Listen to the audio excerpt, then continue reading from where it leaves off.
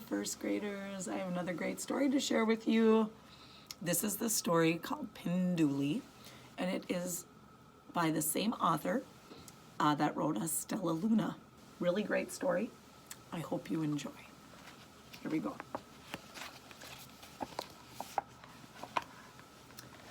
The sun was low in the East African sky.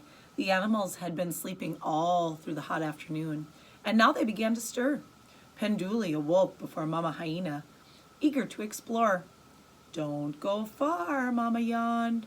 "We must hunt soon.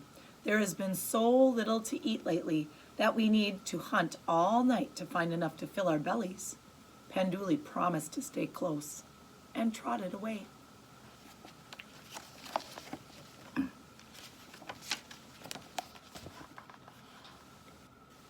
As Penduli passed the water hole, she spied sleepy animals in the brush. She sniffed the air, which was rich with exquisite and mysterious smells.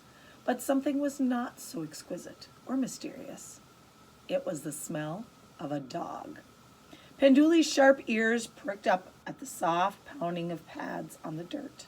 She spotted a pack of wild dogs at play on a faraway ridge. And then they saw her.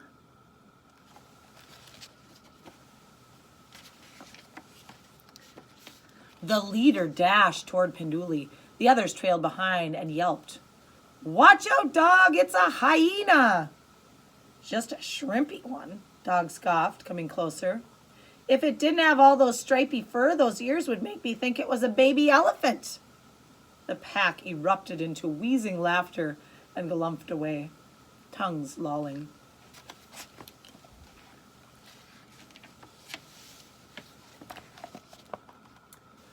Penduli had never thought of her ears. Were they really so big? She let them fall flat against her head. Plip, plop. "I can hardly hear now," Penduli thought, but she kept her ears down. Aren't these pictures amazing?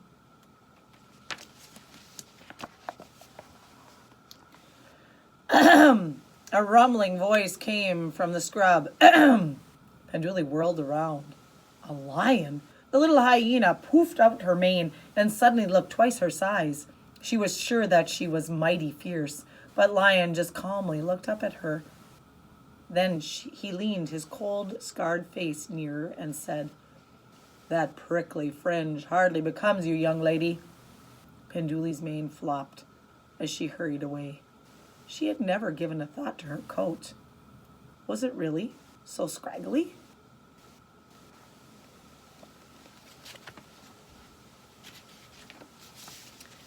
Penduli circled back to the water hole, waded into the pool, and let the water soak into her fur.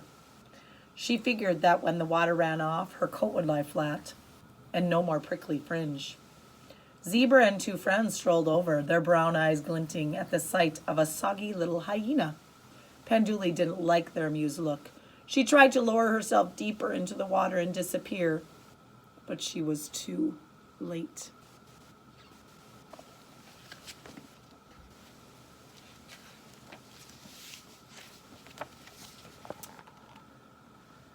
"If you're going to do stripes, please, please, please work on your symmetry and clarity. Good grooming, not soaking, will take some of the unpleasant haziness out of your patterns," whinnied Zebra. Then the three tossed their heads, dipped their lips into the water, and drank.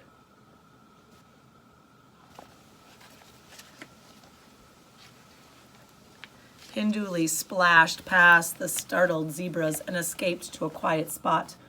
Were her stripes really so disorderly? Didn't Mama Hyena always say she was the most beautiful hyena ever? She rolled and rolled in the pale dust, which stuck to her wet fur. Soon, her soft stripes had completely vanished.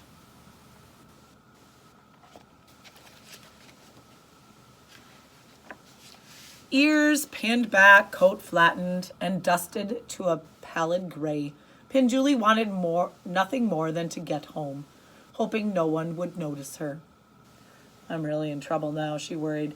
"I've been gone a long time, and Mama gets awfully cranky when she's hungry."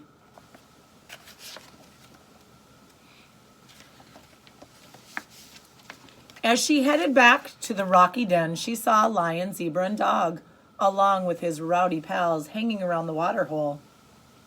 A few wildebeests were there also, for an evening drink.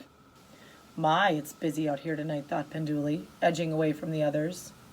No luck. The animals turned to see who was coming. Their jaws dropped. Their eyes bulged.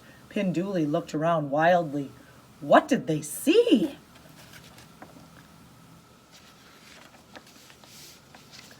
A ghost! The animals screamed. An evil spirit is upon us! They jumped and ran. Where? Where? Cried Penduli as she raced behind them. Feet pounded and dust flew, and no one answered.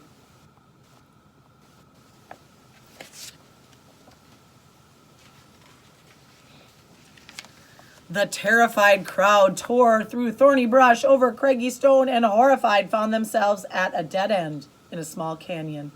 They screeched to a halt, huddling closely as they turned to face their worst fear.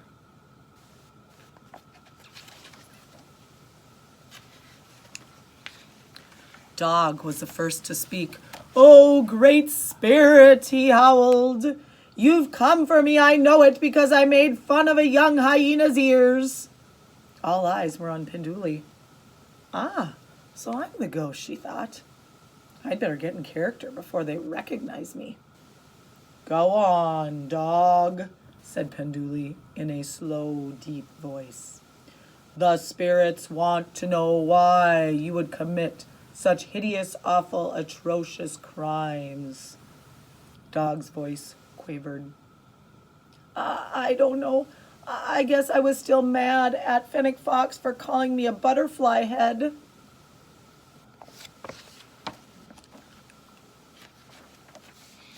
Lion joined in. "Please spare us your wrath. I, too, have been spread discord by insulting a young hyena's mane. But Vulture called my own mane a mange." Penduli nodded sagely.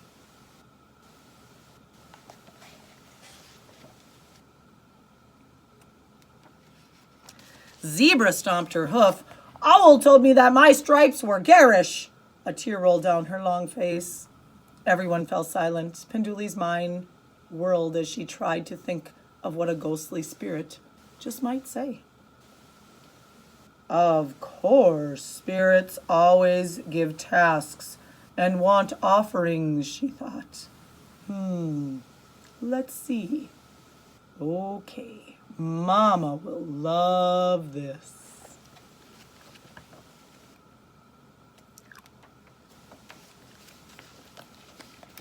In order to appease the bad spirits, you must find your tormentors and make peace, Penduli called out with authority. And always leave a bit of every meal as an offering. If you do this, I shall never return. She turned and glided away on her tiptoes, trying not to smile. Thank you, called the creatures. We will do as you say. Once out of sight, Penduli raced home.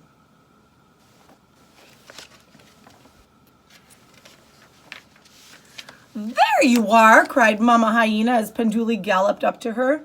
You look awful.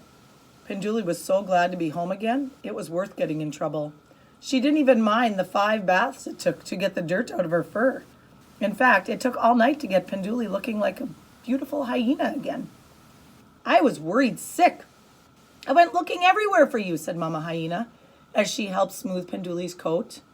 Now that you're all straightened up, you've got to get out and find something to eat. It's already morning, and I'm sure you are as ravenous as I am. Penduli's stomach growled.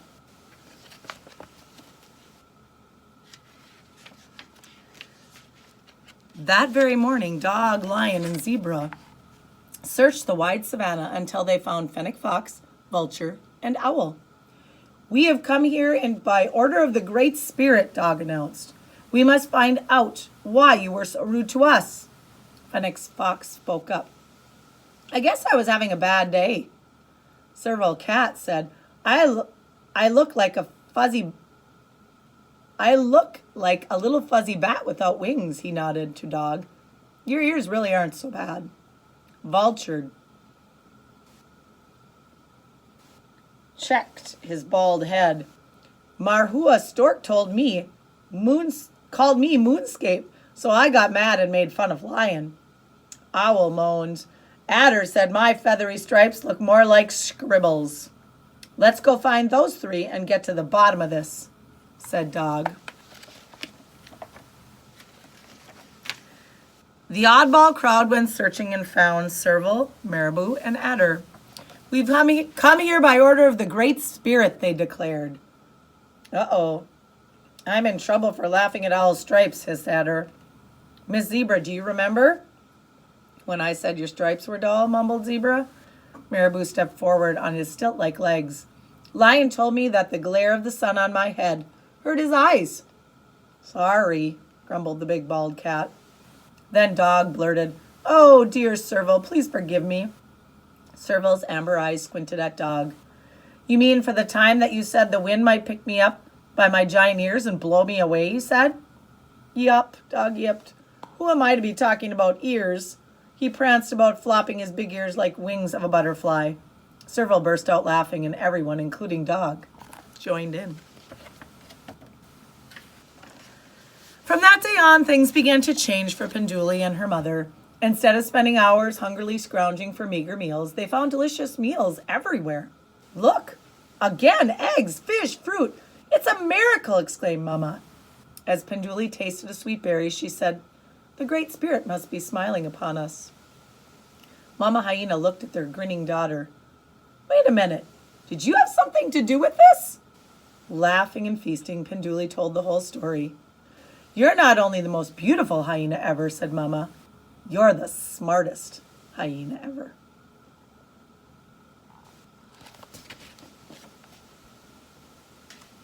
And that is the end of Penduli.